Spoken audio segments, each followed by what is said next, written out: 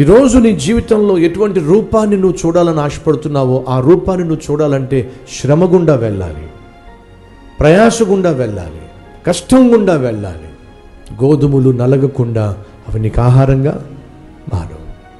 భూమిని దున్నకుండా అదేమాత్రం విత్తనాన్ని ఫలింపచేయదు. మేఘాలు విరగకుండా వర్షము కురియదు. చెరుకు గడ్డ నలిగిపోకుండా అది నీకు చెరుకు రసంగా మారదు.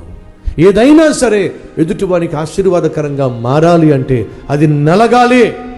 నువ్వు దేని కొరకైతే నిరీక్షిస్తున్నావో దాన్ని కళ్ళారా చూడాలంటే నువ్వు పరీక్ష గుండా వెళ్ళాలి. ఆ పరీక్షను విజయం సాధించాలి అంటే నువ్వు ఓర్పు గుండా వెళ్ళాలి. ఆ ఓర్పు నువ్వు కలిగి ఉండాలంటే నువ్వు శ్రమ గుండా వెళ్ళాలి. శ్రమ ఓర్పును, ఓర్పు పరీక్షను, పరీక్ష నిరీక్షణ నువ్వు నిరీక్షించిన దానిని కళ్ళారా చూసే విధంగా చేస్తుంది. ఈరోజు దేని విషయమైనా నువ్వు ప్రయత్నాలు చేస్తున్నావా? విసిగిపోవద్దు. దేవుని సహాయముతో నీ ప్రయత్నము నువ్వు చేయి. నీకు శ్రేష్టమైన జవాబును తీసుకురాబోతుంది.